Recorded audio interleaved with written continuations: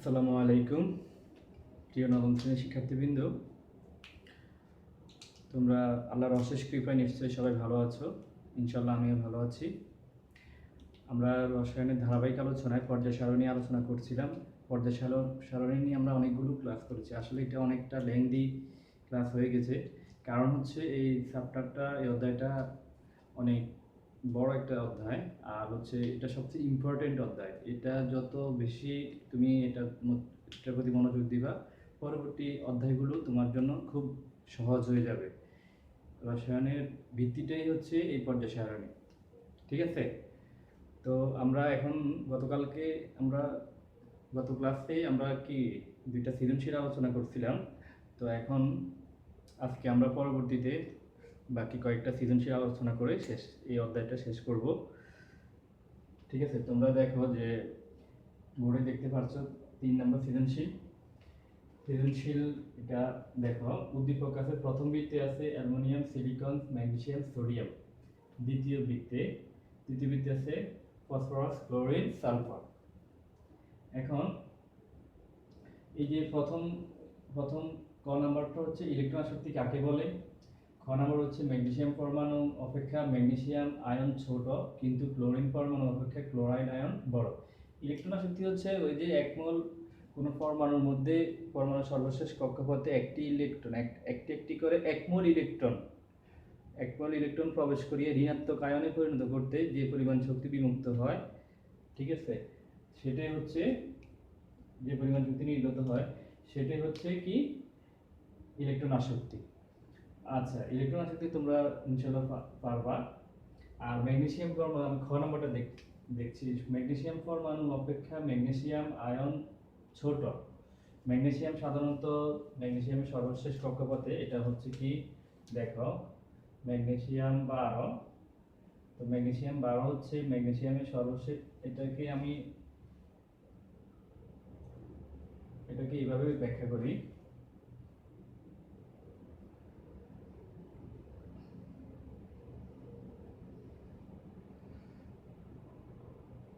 এটা হচ্ছে দুইটা,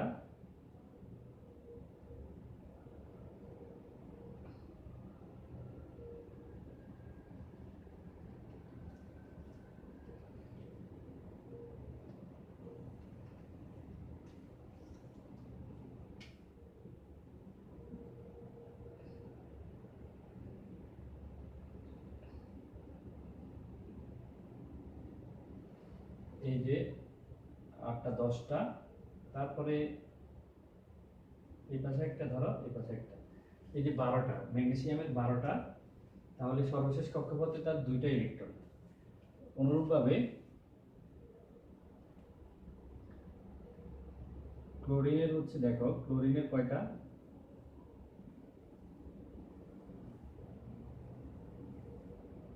ক্লোরিনের হচ্ছে এই যে 2টা, 2 4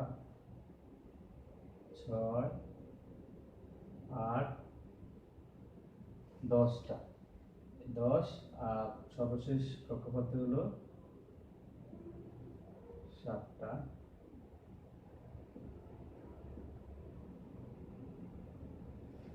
সর্বশেষ কক্ষপথে 7টা ইলেকট্রন। এই যে তাহলে ক্লোরিনের 7টা ইলেকট্রন, আর হচ্ছে ম্যাগনেসিয়ামের হচ্ছে সর্বশেষ কক্ষপথে 2টা ইলেকট্রন। এখন ম্যাগনেসিয়াম এই 2টি ইলেকট্রন ত্যাগ করে সবাই ম্যাগনেসিয়াম আয়নে পরিণত হয়। যখন এই 2টি ইলেকট্রন ত্যাগ করে তখন তার এই সর্বশেষ শক্তি স্তরে প্রতি তার থাকে না, সর্বশেষ শক্তি স্তরটা থাকে না, এখানে। তাহলে দেখো ম্যাগনেসিয়ামের প্রোটন সংখ্যা, কিন্তু ম্যাগনেসিয়ামের ক্ষেত্রে প্রোটন সংখ্যা থাকে 12টি, প্রোটন সংখ্যা কমে না, প্রোটন সংখ্যা 12টি, কিন্তু ইলেকট্রন সংখ্যা ম্যাগনেসিয়াম আয়নের ক্ষেত্রে ইলেকট্রন সংখ্যা হয়ে যায় কতটি, 10টি, ইলেকট্রন সংখ্যা 10টি। তো দেখো এই 12টা প্রোটন, দেখে এই হলো নিউক্লিয়ার চার্জ, এই কেন্দ্র 12টা প্রোটন 10টা ইলেকট্রনকে প্রবল বেগে আকর্ষণ করতে পারে। আকর্ষণ করার কারণে এই ব্যাসার্ধটা কমে যায়, ঠিক আছে? ব্যাসার্ধটা কি হয়ে যায়, ব্যাসার্ধটা কমে যায় আকর্ষণ করার কারণে।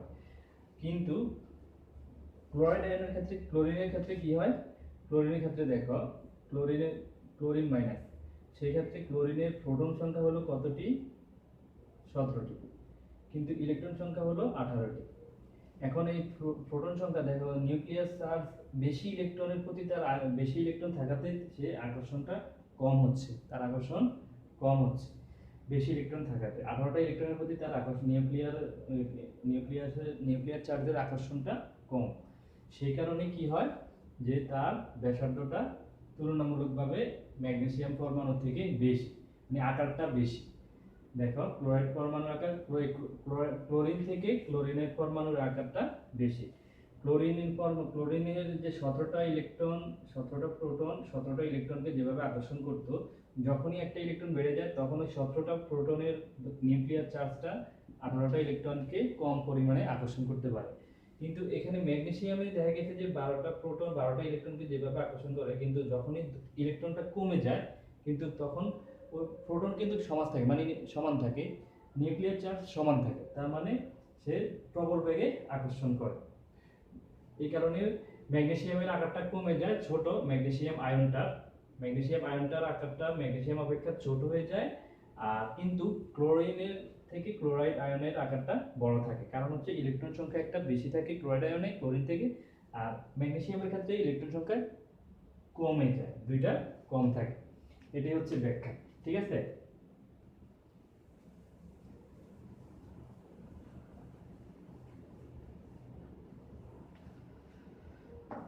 আচ্ছা, তারপরে হচ্ছে দেখো, পর্যায়ের কথা বিবেচনা করে প্রথম বৃত্তের মৌলগুলোর আকারের ক্রম বর্ণনা করো। এখন প্রথম বৃত্তের মৌলগুলোর ক্রমের আকার বর্ণনা। দেখো প্রথম বৃত্তের মৌলগুলোর ক্রম কি, যে প্রথম বৃত্তে হলো প্রথমে সোডিয়াম, অ্যালুমিনিয়াম, সিলিকন, ম্যাগনেসিয়াম। তাহলে প্রথমে আমরা ক্রমটা আগে বের করি। ক্রমটা হচ্ছে সোডিয়াম, তারপরে হলো সোডিয়ামের পরে হলো ম্যাগনেসিয়াম, তারপরে হলো অ্যালুমিনিয়াম, তারপরে সিলিকন। ঠিক আছে, এটা হচ্ছে ক্রম, মানে 11, 12, 13, 14। এখন এগুলোর ক্রম, এগুলো বলছে যে মৌলগুলোর আকারের ক্রম বর্ণনা করো। মৌলগুলোর আকারের ক্রম হচ্ছে, প্রত্যেকটা মৌলেরই সোডিয়ামের ক্ষেত্রে কি হয় যে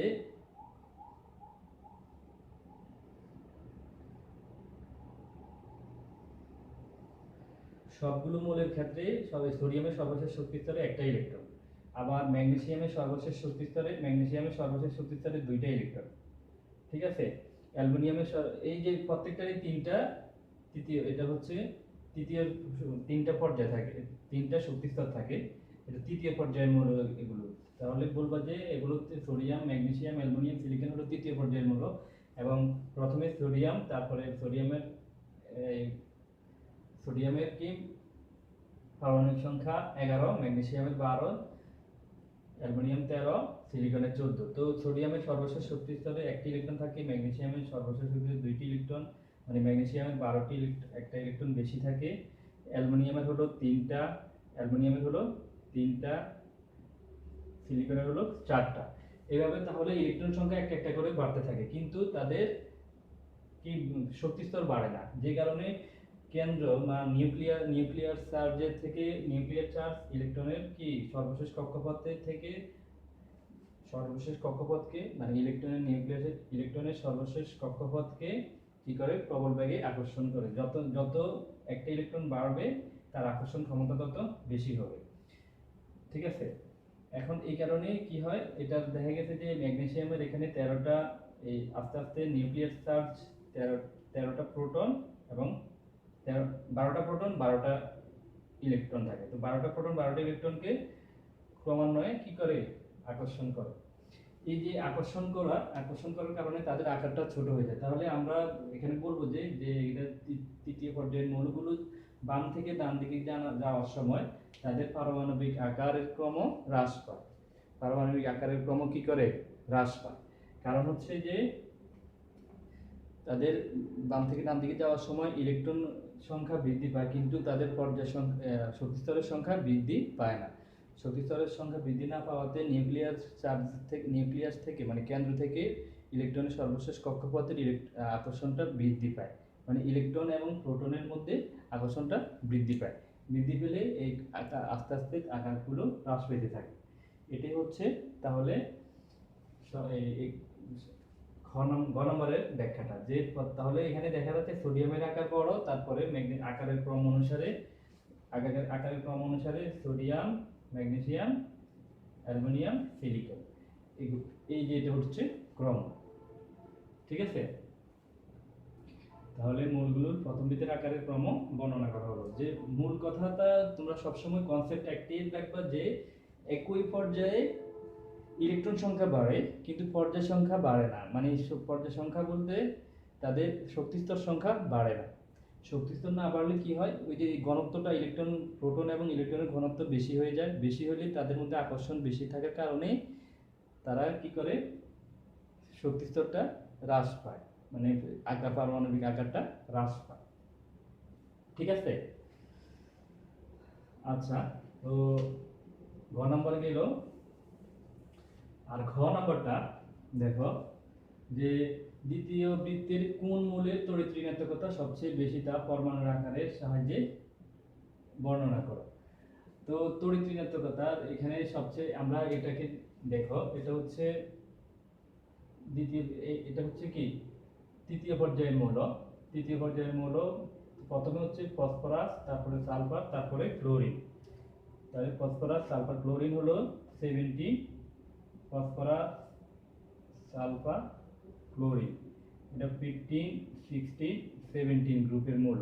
ঠিক আছে, এখন এই যে 15, 16, 17 গ্রুপ 17 এর মৌল। এখন তাহলে এটা কিভাবে ব্যাখ্যা করব, তড়িৎ ঋণাত্মকতা কার সবচেয়ে বেশি।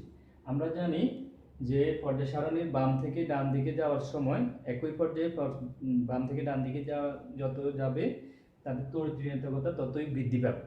তো এখানে দেখা যাচ্ছে যে এখানে তিনটি মৌলের ক্ষেত্রে বাম থেকে ডান দিকে হচ্ছে ক্রম হচ্ছে ফসফরাস, সালফার এবং ক্লোরিন। ক্লোরিন হলো সর্বডানে। তো ক্লোরিন সর্বডানে হওয়ার কারণে এখানে দেখা যাচ্ছে যে তার ক্লোরিনের তড়িৎ ঋণাত্মকতা বেশি। পাশাপাশি আরেকটা কারণ আছে যে ক্লোরিনের কি এখানে ক্লোরিনের ইলেকট্রন সংখ্যা বেশি, প্রোটন সংখ্যাও বেশি। মানে নিউক্লিয়ার চার্জ সবচেয়ে বেশি ক্লোরিনের। নিউক্লিয়ার চার্জ যখন এই যে কেন্দ্র নিউক্লিয়ার চার্জটা যখন বেশি থাকবে, যার বেশি থাকবে সে কি করে, নিউক্লিয়ার চার্জ বেশি থাকলে ইলেকট্রনের প্রতি, বহিঃস্তরের ইলেকট্রনের প্রতি তার আকর্ষণ বেশি। বহিঃস্তরের ইলেকট্রনের প্রতি আকর্ষণ বেশি থাকার কারণেই তার কি হয়, বহিঃস্তরের ইলেকট্রনের প্রতি আকর্ষণ করার ক্ষমতা বেশি। মানে ইলেকট্রনের প্রতি তার আকর্ষণ ক্ষমতা বৃদ্ধি পায়। অর্থাৎ ওই যে আমরা প্রথম, তাহলে তড়িৎ ঋণাত্মকতা কি, তড়িৎ ঋণাত্মকতা হচ্ছে সমযোজী যৌগের কোনো অণু পরমাণুগুলোর দুটি পরমাণুর মধ্যে যদি দুটি পরমাণুর একটি পরমাণু যদি দুটি পরমাণু শেয়ারকৃত ইলেকট্রন যদি একটি পরমাণু কি করে আকর্ষণ করে নিয়ে নেয়, তাহলে ওই ধর্মকে বলা হয় ওই পরমাণুর তড়িৎ ঋণাত্মকতা। তাহলে এখানে দেখা যাচ্ছে যে ক্লোরিনের এই চার্জ বেশি থাকার কারণে, ক্লোরিন নিউক্লিয়ার চার্জ বেশি থাকার কারণে সে সর্বশেষ ইলেকট্রন, বহিঃস্তরের ইলেকট্রনের প্রতি তার আকর্ষণ বেশি। মানে তার ইলেকট্রন টানার প্রবণতাটা বেশি থাকে। বেশি থাকার কারণে তার তড়িৎ ঋণাত্মকতা বেশি। ঠিক আছে, তাহলে তার এটা কি নিউক্লিয়ার চার্জ বেশি থাকার কারণে, মূল কথাটা হচ্ছে বলবো যে নিউক্লিয়ার চার্জ বেশি থাকার কারণে তার ইলেকট্রনের প্রতি আকর্ষণ বেশি। ইলেকট্রনের প্রতি আকর্ষণ বেশি থাকার কারণেই তার কি তড়িৎ ঋণাত্মকতাটাও বেশি। তো আমরা জানি যে এখানে এই আরেকটা কথা এখানে লেখা যায় আরেকটা প্যারা দিয়ে, সেটা বলবো যে ক্লোরিন হচ্ছে হ্যালোজেন গ্রুপ 17 এর মৌল, হ্যালোজেন মৌল। আমরা জানি যে পর্যায় সারণী গ্রুপ 17 এর মৌলগুলো তড়িৎ ঋণাত্মকতা সবচেয়ে বেশি। ঠিক আছে, তড়িৎ ঋণাত্মকতা সবচেয়ে বেশি, সে কারণে ক্লোরিনের এই মৌলগুলোর মধ্যে ক্লোরিনের তড়িৎ ঋণাত্মকতা সবচেয়ে বেশি। এটা সর্বডানে হওয়ায়, ডান পাশে হওয়ায় তার ঋণাত্মকতা বেশি। তারপরে হলো সালফারের তড়িৎ ঋণাত্মকতা, তারপরে এটা হচ্ছে তাহলে তড়িৎ ঋণাত্মকতা কি ক্রম, তড়িৎ ঋণাত্মকতা ক্রম। ঠিক আছে, ইনশাআল্লাহ তাহলে তোমরা নিশ্চয়ই এই প্রশ্নটা ভালোভাবে বুঝতে পেরেছো।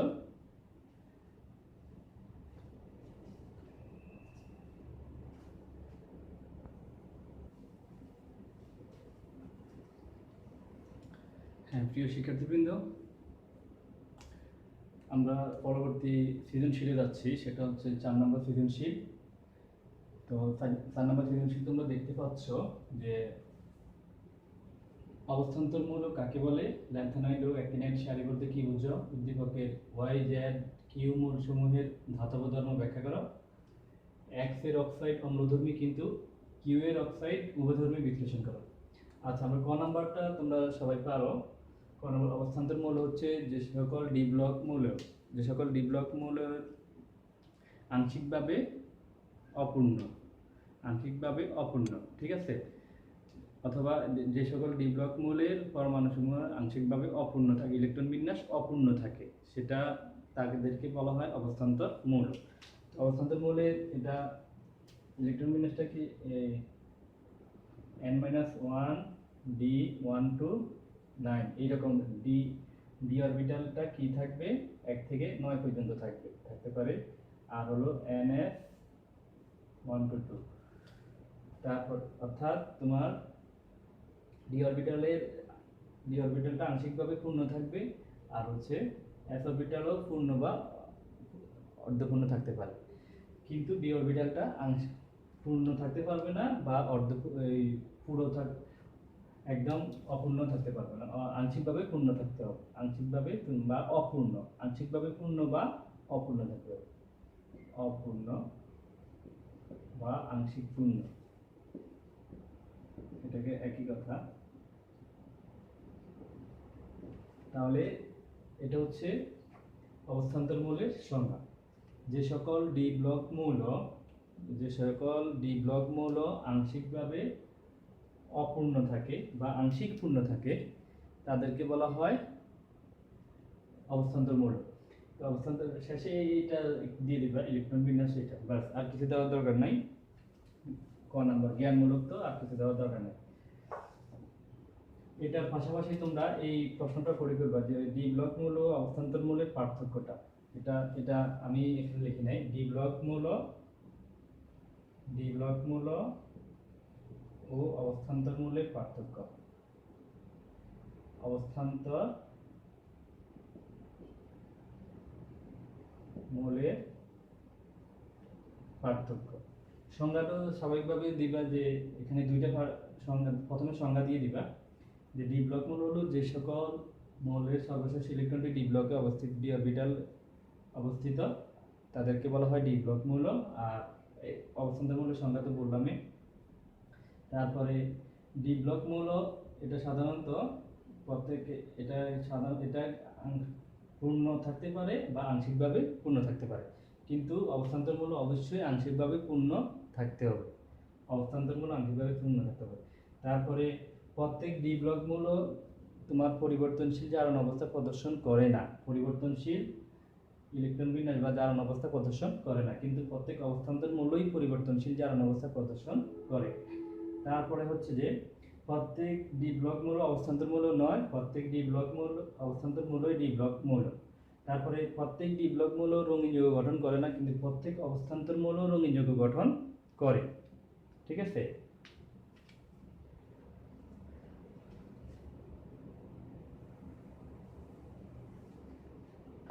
খ নম্বরে ল্যান্থানাইড ও অ্যাক্টিনাইড সারি। ওই যে ল্যান্থানাইড ও অ্যাক্টিনাইড সারি হলো যে পর্যায় সারণীর ষষ্ঠ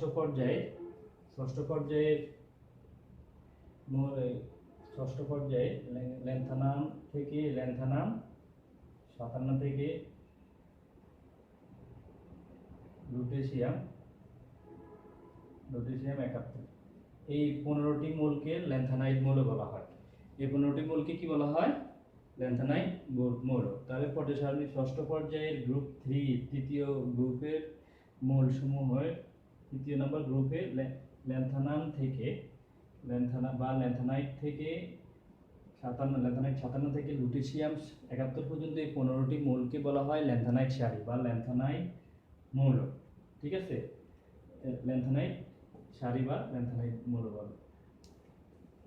তারপরে হচ্ছে অ্যাক্টিনাইড সারি কোনটা? অ্যাক্টিনাইড সারি হলো অ্যাক্টিনাইড থেকে, এটা হচ্ছে গ্রুপ পর্যায় 7 সপ্তম পর্যায়ে ওই তৃতীয় নম্বর গ্রুপে অ্যাক্টিনাইড 89 থেকে লরেনসিয়াম 103, লরেনসিয়াম 103 এই যে 15টি মৌলকে অ্যাক্টিনাইড সারি বলা হয়। তাহলে অ্যাক্টিনাইড থেকে লরেনসিয়াম পর্যন্ত মৌলকে, এই 15টি মৌলকে কি বলা হয়? অ্যাক্টিনাইড সারি। ঠিক আছে?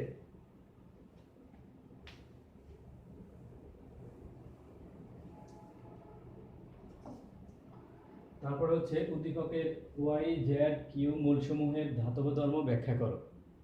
এখন ধাতব ধর্ম ব্যাখ্যার জন্য আমরা জানি যে উদ্দীপকের ওয়াই হচ্ছে কি? পটাশিয়াম, জেড হচ্ছে ক্রোমিয়াম, কিউ হচ্ছে জিঙ্ক। প্রথমে এটা লিখবো, এই দুটো লিখবো যে প্রথমে উদ্দীপকের ওয়াই হচ্ছে এটা, এগুলো হচ্ছে চতুর্থ পর্যায়ের মৌল।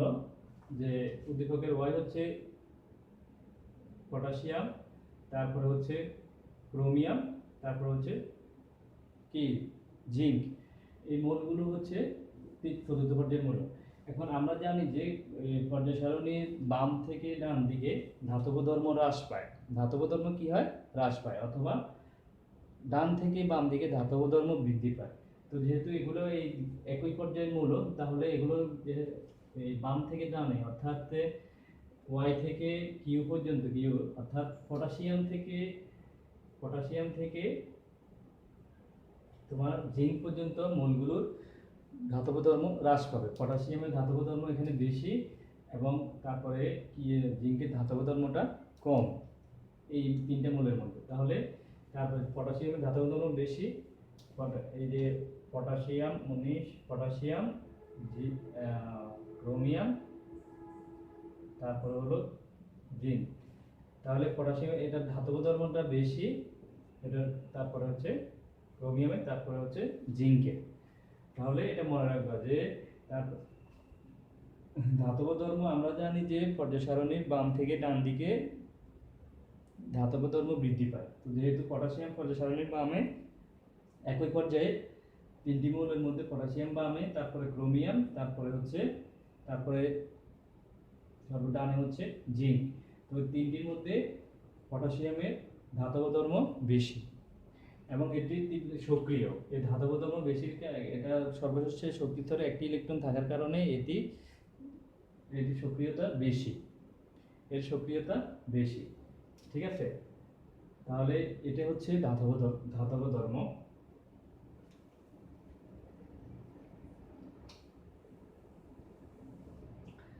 তারপরে হচ্ছে এক্স এর অক্সাইড অম্লধর্মী কিন্তু কিউ এর অক্সাইড উভধর্মী, ব্যাখ্যা করো।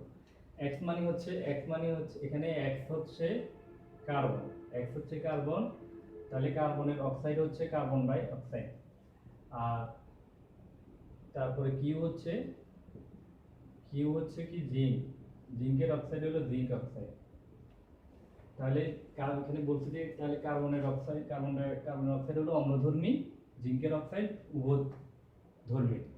এখন কার্বনের অক্সাইড অম্লধর্মী কিভাবে? আমরা জানি কার্বন ডাই অক্সাইড কি করে, আমরা জানি যে অধাতুর অক্সাইড, কার্বন হলো অধাতুর অক্সাইড সাধারণত অম্লীয় হয়। এখন এটার কারণ কি? এই কার্বন ডাই অক্সাইড পানির সাথে বিক্রিয়া করে অম্ল উৎপন্ন করে, এবং এটি ক্ষারের সাথে বিক্রিয়া করে লবণ ও পানি উৎপন্ন করে। ঠিক আছে?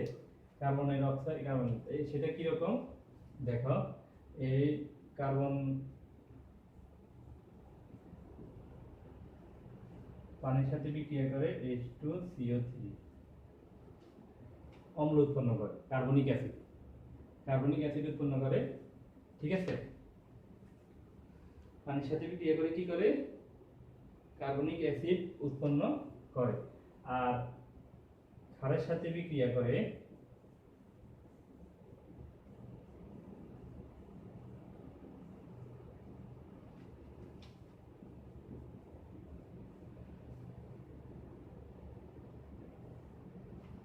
লবণ ও পানি, সোডিয়াম কার্বনের একটি লবণ, তারপরে পানি উৎপন্ন করে। তাহলে ক্ষারের সাথে বিক্রিয়া করে লবণ ও পানি উৎপন্ন করে। আর হলো কার্বনিক অ্যাসিড একটি অম্লধর্মী। কার্বনিক অ্যাসিড অম্লধর্মী অম্ল কারা? যারা পানির সাথে বিক্রিয়া করে অম্ল উৎপন্ন করে এবং ক্ষারের সাথে বিক্রিয়া করে লবণ ও পানি উৎপন্ন করে, তাদেরকে অম্লধর্মী বলা হয়। তো স্বাভাবিকভাবেই কার্বন হলো একটি অধাতু ছিল। অধাতুর অক্সাইড হচ্ছে সাধারণত আমরা জানি যে অধাতুর অক্সাইড অম্লধর্মী। তো এটা হচ্ছে অম্লধর্মীর ব্যাখ্যা। ঠিক আছে? তাহলে এইভাবে প্রত্যেকটা জিনিস মনে রাখবা। এই যে শুধু রিয়েকশন লিখে দিলে হবে না, এগুলো একটু রিয়েকশনগুলো লিখে বোঝাতে হবে, লিখে বলতে হবে যে কার্বন ডাই অক্সাইড পানির সাথে বিক্রিয়া করে কার্বনিক অ্যাসিড উৎপন্ন করে, মানে অম্ল উৎপন্ন করে। আবার কার্বন ডাই অক্সাইড ক্ষারের সাথে বিক্রিয়া করে, মানে সোডিয়াম হাইড্রোক্সাইডের সাথে বিক্রিয়া করে সোডিয়াম কার্বনেট ও পানি উৎপন্ন করে, মানে লবণ ও পানি উৎপন্ন করে। লবণ লিখে, সোডিয়াম কার্বনেট লিখে পাশে লবণ, ব্র্যাকেটে লবণ দিবা, আর পানি উৎপন্ন করে। তার মানে অর্থাৎ শুধু দেখা যাচ্ছে যে কার্বনিক অ্যাসিড একটি, আচ্ছা এটা শেষের দিকে লিখবা। তাহলে অবশ্যই যে কোনো রিয়েকশন লেখার আগে ওই কথাটা, মানে এটা আগে বর্ণনা আকারে লিখতে হবে, তারপরে রিয়েকশন লিখতে হবে। শুধু রিয়েকশন লিখে দিলে ফুল নাম্বার পাবা না, ঠিক আছে? আচ্ছা, এখন জিঙ্কের অক্সাইড। জিঙ্কের অক্সাইড হচ্ছে উভধর্মী। উভধর্মী হলো কোনটা? যেটা অ্যাসিডের সাথেও বিক্রিয়া করে, ক্ষারের সাথেও বিক্রিয়া করে। অ্যাসিডের সাথেও বিক্রিয়া করে যে যে যৌগ, যে যৌগ অ্যাসিডের সাথে বিক্রিয়া করে এবং ক্ষারের সাথেও বিক্রিয়া করে, তাদেরকে উভধর্মী অ্যাসিড, উভধর্মী বলা হয়, ঠিক আছে? তাহলে জিঙ্কের অক্সাইডটি উভধর্মী, সেটা আমরা এখন কিভাবে বুঝবো? জিঙ্কের অক্সাইড অ্যাসিডের সাথে বিক্রিয়া করে, জিঙ্ক অক্সাইড অ্যাসিডের সাথে বিক্রিয়া করে জিঙ্ক ক্লোরাইড প্লাস পানি উৎপন্ন করে, ঠিক আছে? তারপরে হচ্ছে জিঙ্ক অক্সাইড ক্ষারের সাথে বিক্রিয়া করে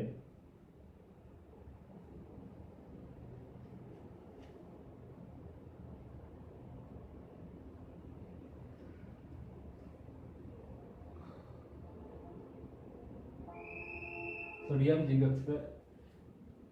তাহলে দেখা যাচ্ছে যে আমরা কি দেখতে পাচ্ছি? জিঙ্ক অক্সাইড অ্যাসিডের সাথে বিক্রিয়া করে লবণ উৎপন্ন করে, আবার জিঙ্ক অক্সাইড ক্ষারের সাথে বিক্রিয়া করে, ঠিক আছে? এই যে এটা, এই কারণে জিঙ্ক অক্সাইড মনে রাখবে। তাহলে জিঙ্ক অক্সাইড উভধর্মী অক্সাইড, এই কারণে জিঙ্ক অক্সাইড কি?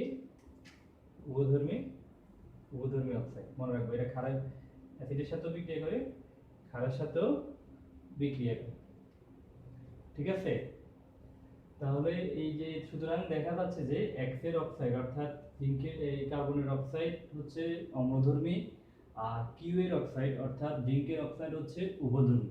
এটা হলো সর্বশেষ লাইনে লিখে দিতে হবে, সর্বশেষ লাইনে লিখবে, মনে থাকবে?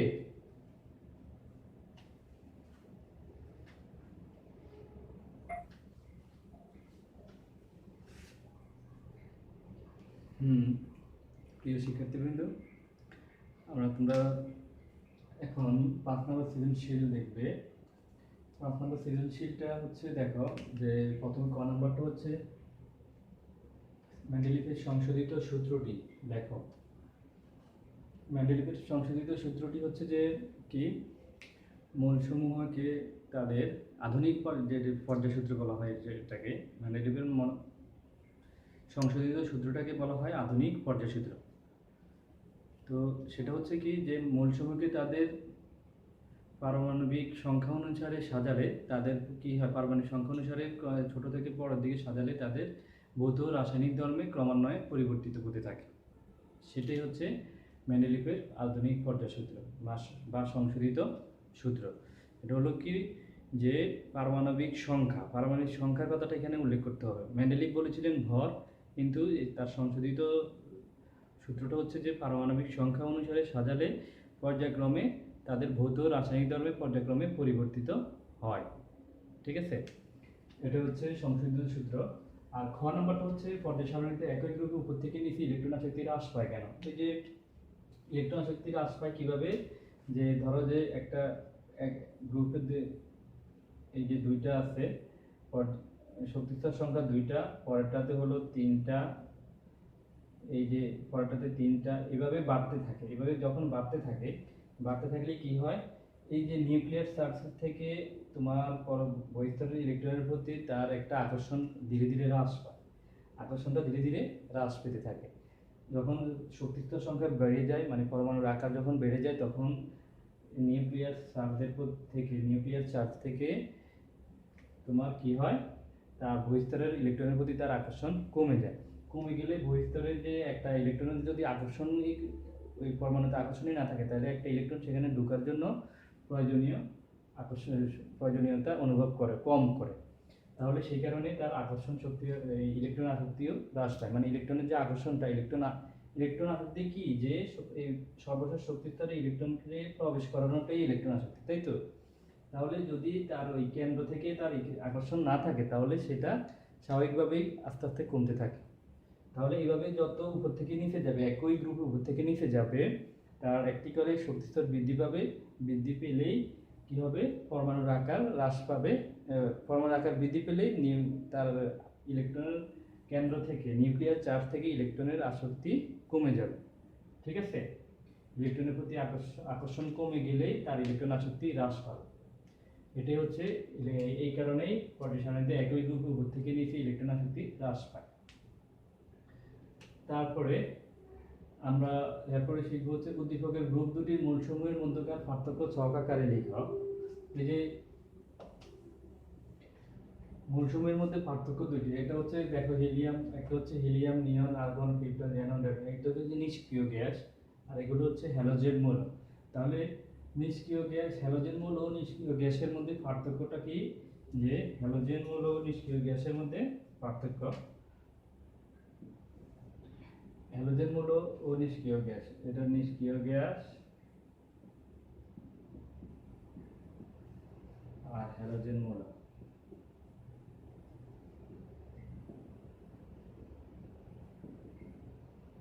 প্রথমেই লিখবা যে এটি পর্যায় গ্রুপ 17 এ অবস্থিত, এটি পর্যায় গ্রুপ 18 এ অবস্থিত। ঠিক আছে? তো এগুলো হচ্ছে স্বাভাবিকভাবে এদের সর্বশেষ শক্তি স্তরে 7টি ইলেকট্রন থাকে, এদের সর্বশেষ শক্তি স্তরে 8টি ইলেকট্রন থাকে। এরা হলো কি, এদের মূল উৎস হচ্ছে সামুদ্রিক লবণ, মানে সমুদ্রের শৈবাল। মূল উৎস সমুদ্রের শৈবাল, আর এদের মূল উৎস হচ্ছে বায়ুমণ্ডল। নিষ্ক্রিয় গ্যাসের মূল উৎস বায়ুমণ্ডল। তারপরে হ্যালোজেন মৌলগুলো, হ্যালোজেন মৌলগুলো সাধারণত অধাতু হিসেবে কাজ করে। আর এগুলো সাধারণত কি, তড়িৎ ঋণাত্মক। এগুলো তড়িৎ ঋণাত্মক, মানে তীব্র তড়িৎ ঋণাত্মক। আর এগুলো সাধারণত ঋণাত্মক নয়, এগুলো নিষ্ক্রিয়। ঠিক আছে?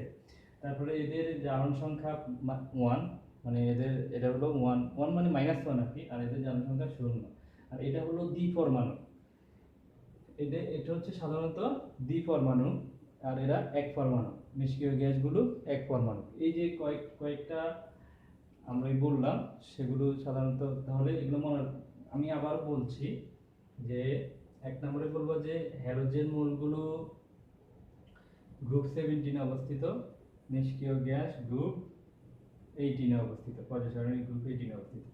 তারপরে 2 নম্বরে হচ্ছে এগুলো দ্বিপরমাণু, এগুলো এক পরমাণু। এদের মূল উৎস হচ্ছে সমুদ্রের শৈবাল, এদের মূল উৎস বায়ুমণ্ডল।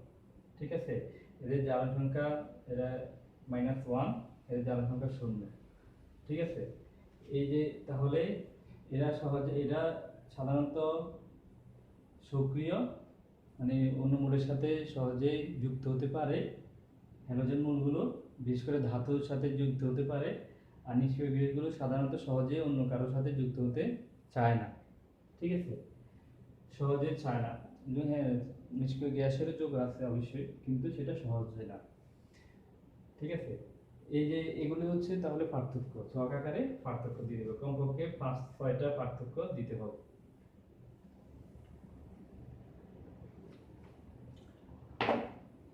আচ্ছা, এখন ঘ নাম্বার হচ্ছে যে উদ্দীপকের গ্রুপ দুটির মূলসমূহকে পারমাণবিক ভর অনুসারে সাজালে কি ধরনের পরিবর্তন ঘটবে।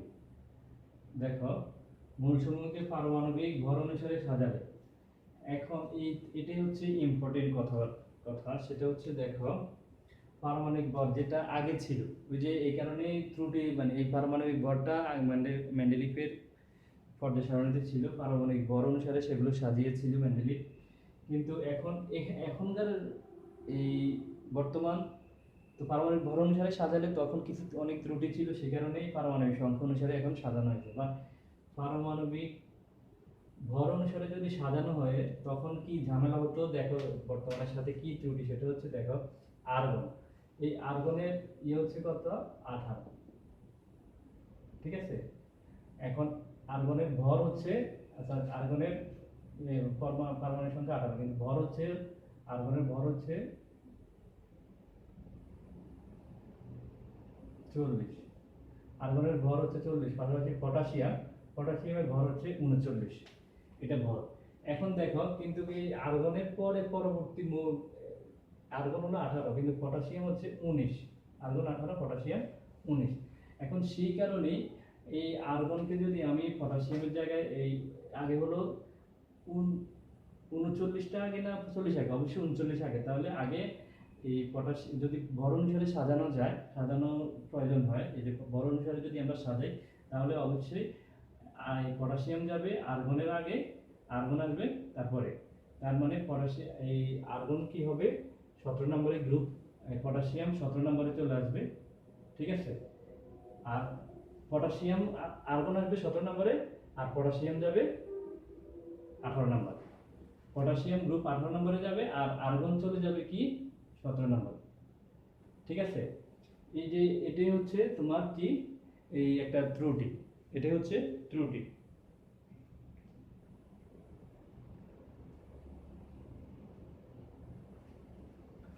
তাহলে মানে এটা আর্গনটা এখানে চলে আসবে আর পটাশিয়াম যেটা ছিল পটাশিয়ামটা এই আর্গনের জায়গায় চলে যাবে,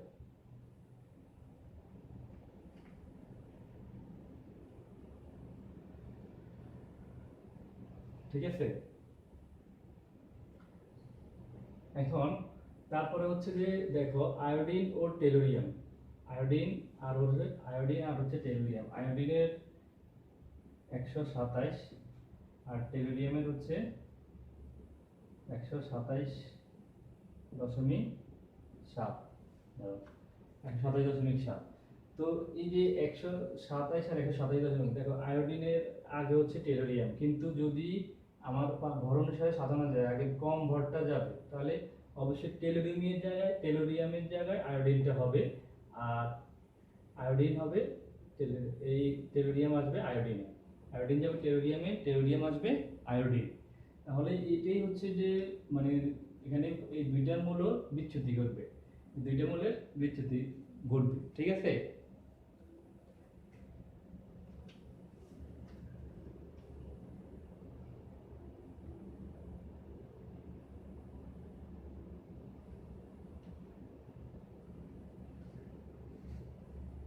তাহলে তোমরা এটা বুঝতেছো যে প্রথমটা কি, প্রথমটা হচ্ছে যে আর্গন এবং পটাশিয়াম, আর্গন হচ্ছে 18 নম্বর মৌল, পটাশিয়াম হচ্ছে 19 নম্বর মৌল।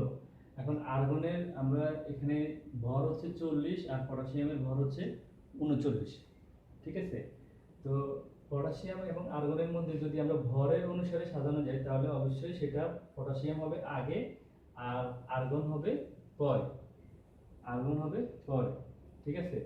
তাহলে এই যে আর্গনটাকে দিতে হয় 17 নম্বর গ্রুপে আর পটাশিয়াম চলে যায় 18 নম্বর গ্রুপে, পটাশিয়াম দিতে হয়, যেটা কখনো সম্ভব না। মানে যে তাহলে এটা এই যদি ভর অনুসারে সাজানো যায় তাহলে এটাই হচ্ছে এর ত্রুটি পরিলক্ষিত হয়। তো এটার পরিবর্তন এটাই ঘটবে, ঠিক আছে। তাহলে এই দুইটা পরিবর্তন মনে রাখবা, এই দুইটা পরিবর্তন মনে রাখতে হবে। আর্গন যাবে তোমার 17তে আর পটাশিয়াম আসবে 18তে, ঠিক আছে।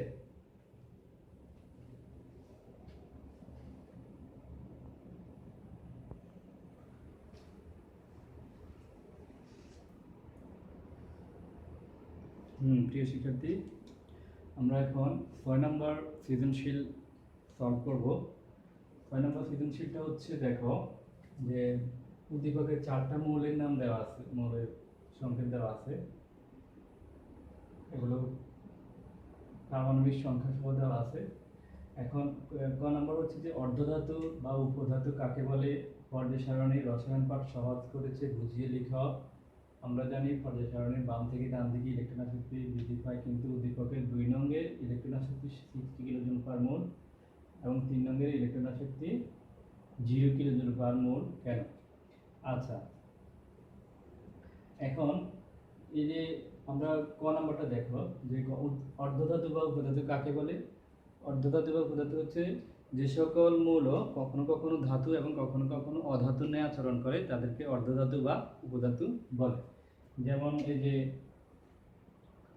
সিলিকন, আর্সেনিক, বোরন, অ্যান্টিমনি, ঠিক আছে, এই যে সেলেনিয়াম, এগুলো হচ্ছে কি আরো আছে। তো এগুলো হচ্ছে অর্ধধাতু বা উপধাতু, অর্ধধাতু বা উপধাতু, ঠিক আছে। আচ্ছা, এখন আমরা খ নম্বরে যাই। খ নম্বর হচ্ছে পর্যায় সারণী রসায়ন পাঠ সহজ করেছে বুঝিয়ে লেখো।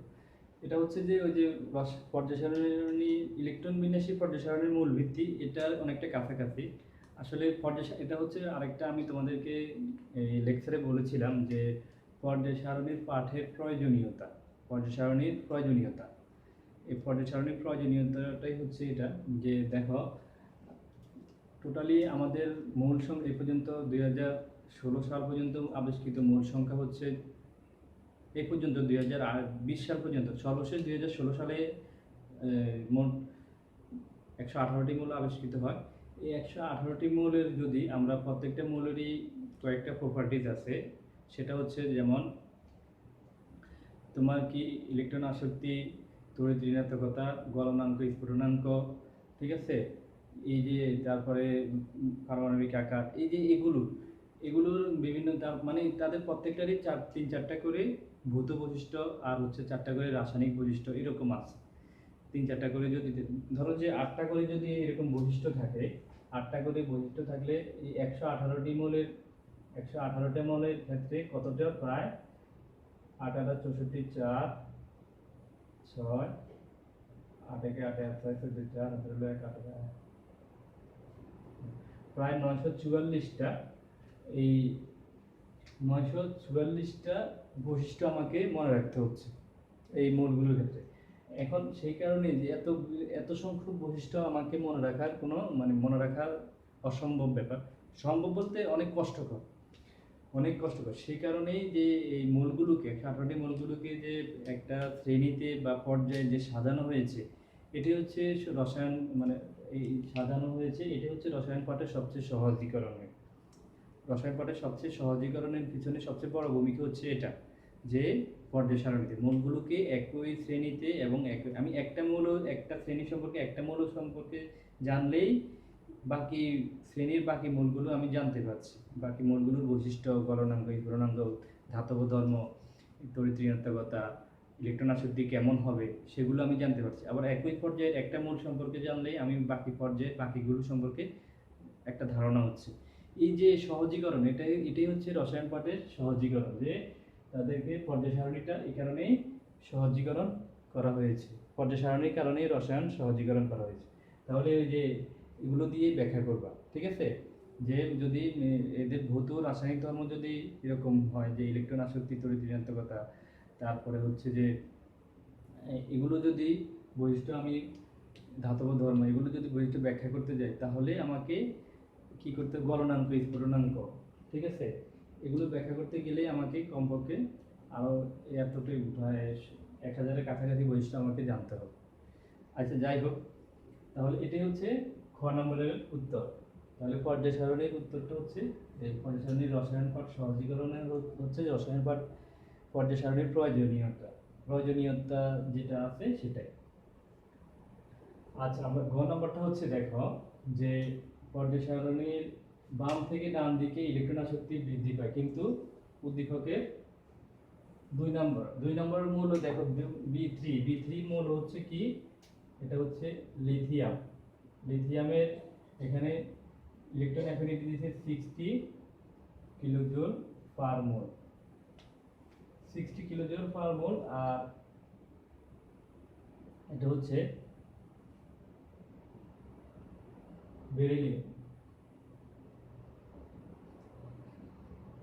বেরিলিয়াম হচ্ছে তোমার কত, 0 কিলোজুল পার মোল। এখন আমরা জানি যে দেখো এক পর্যায় সারণীর বাম থেকে ডানে আমরা জানতাম যে পয়সা সারণীর বাম থেকে ডানে ইলেকট্রন আসক্তি বৃদ্ধি পায়। তো এটা হচ্ছে দেখো লিথিয়াম হচ্ছে পয়সা সারণীর দ্বিতীয় পর্যায়ের মৌল লিথিয়াম। এই যে দ্বিতীয় পর্যায়ের মৌলটা কি?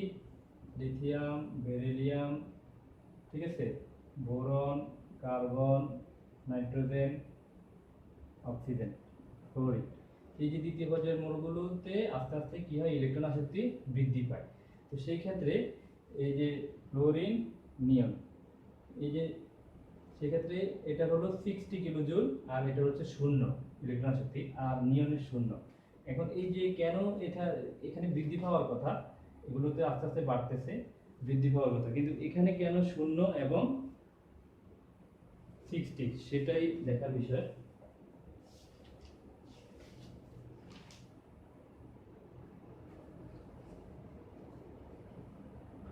সেটাই দেখার বিষয়। এখন এই ব্যাখ্যাটার বিষয় হচ্ছে যে কি, দেখো আমরা ইলেকট্রন বিন্যাস দিয়ে এটা ব্যাখ্যা করতে হবে যে এটা হচ্ছে যে লিথিয়ামের ইলেকট্রন বিন্যাস হচ্ছে 1s2 2s1 3, আর বেরিলিয়ামের ইলেকট্রন বিন্যাস হচ্ছে 1s2 2s2। এখন এই ইলেকট্রন বিন্যাসের জন্যই আমরা এটাকে আমরা জানি যে কোনো পরমাণুর না কোনো মৌলের যে ইলেকট্রন বিন্যাসের সর্বশেষ কক্ষপথে যদি কি সর্বশেষ কক্ষপথ পূর্ণ থাকলে ওই মোলটা সুস্থিতি বেশি, ওই মোলটা কি সুস্থিতি বেশি, সর্বশেষ কক্ষপথ যদি পূর্ণ থাকে। এখানে দেখো এস অরবিটাল, এখানে সর্বশেষ এস অরবিটালটা পূর্ণ, তো পূর্ণ থাকার কারণে এই এস অরবিটালের সুস্থিতি, এই বেরিলিয়ামের সুস্থিতিটা অনেক বেশি। এখান থেকে এখানে ইলেকট্রন প্রবেশ করানো অনেক কষ্টকর। এখানে কি ইলেকট্রন সুস্থিতি বেশি থাকার কারণেই ইলেকট্রন প্রবেশ করানো কষ্টকর, ঠিক আছে। আর লিথিয়ামের ইলেকট্রন দেখা গেছে যে সর্বশেষ স্তরে একটা ইলেকট্রন, সে কারণে এখানে আর ইলেকট্রন এর অস্থিতিশীলতা বেশি থাকার কারণে এখানে ইলেকট্রন প্রবেশ করানো যায়। ইলেকট্রন প্রবেশ করতে মানে এর ইলেকট্রন শক্তি 60 কিলোজুল পার মোল, ঠিক আছে। তারপরে হচ্ছে 60 কিলোজুল পার মোল, এটা হচ্ছে, তারপরে এটা 23 কিলোজুল পার মোল। আচ্ছা যাক, এই যে তাহলে এটাই হচ্ছে ব্যাখ্যা, মনে থাকবে।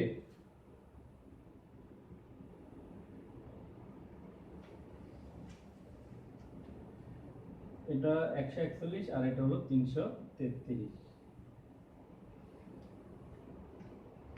141 333, আচ্ছা এটা 120 মতো। আচ্ছা যাই হোক, এই যে তাহলে এটা হচ্ছে এই আস্তে আস্তে বাড়তেছে, দেখো এগুলো ইলেকট্রন আসক্তি কি বাড়তেছে, ইলেকট্রন অ্যাফিনিটি বাড়তেছে। তো ইলেকট্রন অ্যাফিনিটি বাড়তেছে কিন্তু এই বেরিলিয়ামের ক্ষেত্রে আর নিয়নের ক্ষেত্রে শূন্য। নিয়নেরও হচ্ছে কি অষ্টক পূর্ণ থাকে, সেই কারণে এটা কোনো ইলেকট্রন এখানে ঢুকতেও পারে না, বেরোতে পারে না। ইলেকট্রন ঢুকাইতেও এখানে সর্বশেষ শক্তি স্তরে ঢুকানো যাচ্ছে না, ইলেকট্রন প্রবেশ করানো যাচ্ছে না। বেরিলিয়ামের ক্ষেত্রে এক। তাহলে আবার এই যে এই নাইট্রোজেনের ক্ষেত্রে বেরিলিয়াম যেটা এই নাইট্রোজেনের ক্ষেত্রেও এটা কম, নাইট্রোজেনের ক্ষেত্রে কম হচ্ছে এই কারণে নাইট্রোজেনের হলো অর্ধপূর্ণ থাকে, সেই ক্ষেত্রেও অর্ধপূর্ণ থাকলেও এটা মোটামুটি সুস্থিতি থাকে। সেক্ষেত্রে নাইট্রোজেনের এই অক্সিজেন থেকে মোটামুটি কম নাইট্রোজেনের, ঠিক আছে। তো ইলেকট্রন আসক্তি কম। তাহলে ইলেকট্রন আসক্তির উপর, এই ইলেকট্রন বিন্যাসের উপর এই ইলেকট্রন আসক্তি নির্ভর করে। ইলেকট্রন আসক্তি মূলত তিনটা জিনিসের উপর নির্ভর করে, একটা হলো পারমাণবিক আকার, তারপরে হলো নিউক্লিয়ার চার্জ, তারপরে হচ্ছে যে ইলেকট্রন বিন্যাস, ঠিক আছে। এটা আসতে পারে, এটা ইলেকট্রন আসক্তির প্রভাব নিয়ন্ত্রণকারী বৈশিষ্ট্য কয়টি, এটা আসতে পারে, সেটা হচ্ছে তিনটি।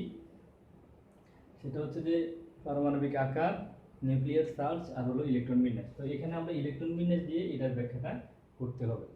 ইলেকট্রন বিন্যাস দিয়ে তোমার এই ব্যাখ্যাটা করবা যে ইলেকট্রন বিন্যাসে লিথিয়াম এবং বেরিলিয়ামের ক্ষেত্রে দেখা যাচ্ছে যে বেরিলিয়ামের ইলেকট্রন বিন্যাসে সর্বশেষ শক্তি স্তরে ইলেকট্রন পূর্ণ থাকে, অরবিটালটি পূর্ণ থাকে, যার কারণে সেটি সুস্থিতি বেশি থাকার কারণে সেই ইলেকট্রনের প্রতি আসক্তি কম প্রকাশ করে না বললেই চলে, ঠিক আছে। তার ইলেকট্রন আসক্তি প্রায় শূন্য।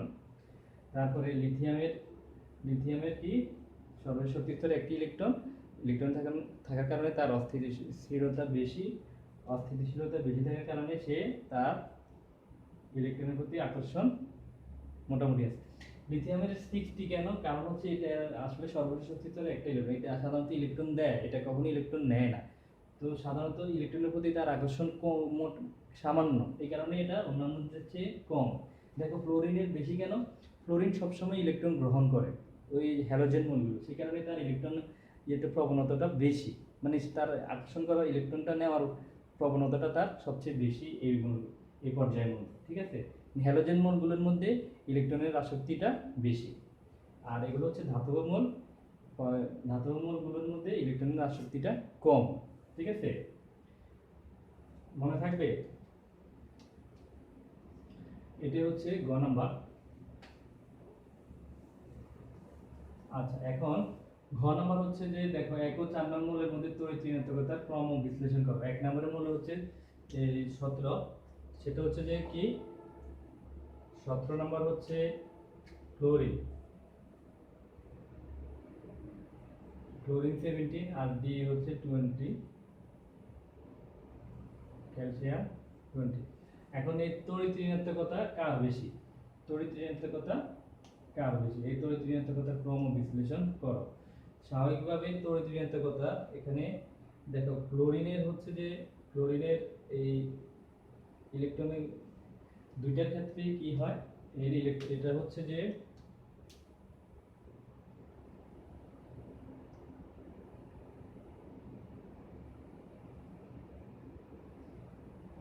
দুই আট, তারপরে 3টি স্তর, আর এটা স্তর হচ্ছে কয়টি? 4টা। এটা চতুর্থ স্তরের ক্যালসিয়াম, চতুর্থ স্তরে 1 2 3 4টা, ঠিক আছে। 2 8 8, তারপরে ক্যালসিয়াম চতুর্থ স্তরের। তো এই যে ক্যালসিয়াম যে চতুর্থ স্তর, 4টা স্তর, আর এটা হলো 3টা স্তর। এটা এই কারণে এটার কি হয় যে এটা তড়িৎ এর প্রতি নিউক্লিয়াসের আকর্ষণ, নিউক্লিয়াসের চার্জ এর প্রতি কি নিউক্লিয়াস ইলেকট্রনের প্রতি নিউক্লিয়াসের যে একটা আকর্ষণটা বেশি থাকে, সেটা ক্যালসিয়ামের ক্ষেত্রে কম থাকে, কারণ ক্যালসিয়ামের পর্যায় সংখ্যা বেশি, ক্যালসিয়ামের ইলেকট্রন স্তর সংখ্যা বেশি, যার পরমাণুর আকার বেশি বড় হওয়ার কারণে নিউক্লিয়াস কর্তৃক সর্ববহিঃস্থ স্তরে ইলেকট্রনের প্রতি তার আকর্ষণ কম থাকে। ইলেকট্রনের প্রতি আকর্ষণ কম থাকার কারণে তার তড়িৎ ঋণাত্মকতার চার্জও কম, তড়িৎ ঋণাত্মকতা কম। আবার ক্লোরিনের নিউক্লিয়াসের প্রতি এই সর্ববহিঃস্থ স্তরের ইলেকট্রনের প্রতি তার আকর্ষণ বেশি, নিউক্লিয়াস চার্জ আকর্ষণ বেশি থাকার কারণে তার কি তড়িৎ ঋণাত্মকতার মান বেশি, ঠিক আছে, ক্যালসিয়াম থেকে বেশি। তো এটা হচ্ছে আরেকটা ব্যাখ্যা করা যায়, সেটা হচ্ছে এটা এই ক্লোরিন হচ্ছে পটাশ সারণীর ডান দিকের মৌল, ক্যালসিয়াম হচ্ছে পটাশ সারণীর বাম দিকের মৌল। তো আমরা জানি যে ডান দিকের মৌলগুলোর তড়িৎ ঋণাত্মকতা বেশি বাম দিকের মৌল থেকে, ঠিক আছে। এটাও সর্বশেষ এটাও লিখে দিতে পারো যে পটাশ সারণীর বাম দিকের মৌল। তবে মূল ব্যাখ্যাটা হচ্ছে, মূল কথাটা লিখতে হবে ওটা যে এটা ইলেকট্রন বিন্যাসের দিয়ে ইলেকট্রন বিন্যাসের কথা, ইলেকট্রনের এবং নিউক্লিয়ার চার্জের কথা বলতে হবে, যে এর নিউক্লিয়ার চার্জ থেকে সর্বশেষ শক্তি স্তরে ইলেকট্রনের প্রতি তার আকর্ষণ কম নিউক্লিয়াসের, আর এটা নিউক্লিয়াসের সর্বশেষ শক্তি স্তর থেকে ইলেকট্রনের প্রতি আকর্ষণটা বেশি। সেই কারণেই তোমার কি হয়, এর তড়িৎ ঋণাত্মকতাটাও বেশি, আর ক্যালসিয়ামের তড়িৎ ঋণাত্মকতা কম, ঠিক আছে। এটি হচ্ছে তড়িৎ ঋণাত্মকতার ক্রম, তাহলে ক্লোরিন ক্যালসিয়াম এটা, ঠিক আছে। ধাতব সমূহের তড়িৎ ঋণাত্মকতা কম, এটা মনে রাখবা যে ক্যালসিয়াম একটি ধাতু, এটা গ্রুপ 2 এর মূল, ঠিক আছে, ক্যালসিয়াম। তো সেই কারণে, আর ক্লোরিন গ্রুপ 17 এর মূল। তো এই ক্যালসিয়াম ক্লোরিন হচ্ছে অধাতু, তাহলে অধাতু সমূহের তড়িৎ ঋণাত্মকতা সাধারণত বেশি, ঠিক আছে। তাহলে আমরা মোটামুটি এই চ্যাপ্টার আমরা শেষ করলাম, যে অনেকগুলো সৃজনশীল তোমাদেরকে পড়িয়েছি। এটা হচ্ছে একটা আমি 6টা সৃজনশীল পড়াইছি। 6টা সৃজনশীল এখানে খুবই সামান্য পরিমাণে সৃজনশীল মানে আমি তোমাদেরকে করিয়েছি, তবে এর মধ্যে আমি মোটামুটি যা যা ইম্পর্টেন্ট, এগুলো সবই ইম্পর্টেন্ট, যা যা আমি করিয়েছি দেখো এর মধ্যে সবই আছে। আমি যা যা তোমাদেরকে আগে পড়িয়েছি এর মধ্যে সবই ছিল, আমি পড়াই নাই এরকম কোনো প্রশ্ন এখানে আমি সৃজনশীলে দেইনি, দেইনি। তো এগুলো সবই বোর্ডের কোশ্চেন, তোমার বোর্ডের কোশ্চেন বা কোনো ভালো ভালো স্কুলের কোশ্চেন, এগুলো সবই। তো তোমরা এটা হচ্ছে এখানে আমি তোমাদেরকে যা যেগুলো উপস্থাপন করতে পারিনি সৃজনশীলে, তোমরা অবশ্যই যেগুলো আমি পড়ার মধ্যে তোমাদেরকে পড়িয়েছি ক্লাসে যেগুলো, সেগুলো তোমরা ভালোভাবে করতে হবে। শুধু যে ওই 6টা ভরবা 6টাই ইম্পর্টেন্ট তা না, এগুলো হচ্ছে স্যাম্পল হিসাবে তোমাদেরকে দেওয়া হলো, এর বাইরেও আরও অনেক পড়তে হবে, ঠিক আছে? তো তোমরা এই পর্যায় সারণীটা আমার আবার রিকোয়েস্ট, তোমরা যদি এটা ভালোভাবে পড়ো এটা পরবর্তী তোমাদের অনেক কাজে লাগবে। তোমরা এখন ভালোভাবে পড়লে ক্লাস 10-এ শুধু জাস্ট রিভিশন দিবা, আর হচ্ছে এটা তখন ইন্টারমিডিয়েটে দেখবা যে এইগুলোই ইন্টারমিডিয়েটের পর্যায় সারণীতে এই যে আমি যেভাবে বিস্তারিত পড়িয়েছি তোমাদের এটা এইচএসসির জন্য খুবই সহায়ক হবে। এইচএসসিতে এই জিনিসগুলোই আছে, আর একটু ব্রডলি সামান্য, তবে এভাবে এসএসসিতে এই ধরনের ব্যাখ্যা এই ধরনের পড়তে হবে ইন্টারমিডিয়েটে। তো সেই কারণে তোমরা এখন এটা ভালো করে পড়বা এই পর্যায় সারণীটা। আর আমরা তাহলে আজকের মতো শেষ করি, আমরা পরবর্তী নেক্সটে আমরা কোনো নতুন চ্যাপ্টার শুরু করব। তো তোমরা সবাই ভালো থাকো, বাসায় থাকো, সুস্থ থাকো। আল্লাহ হাফেজ।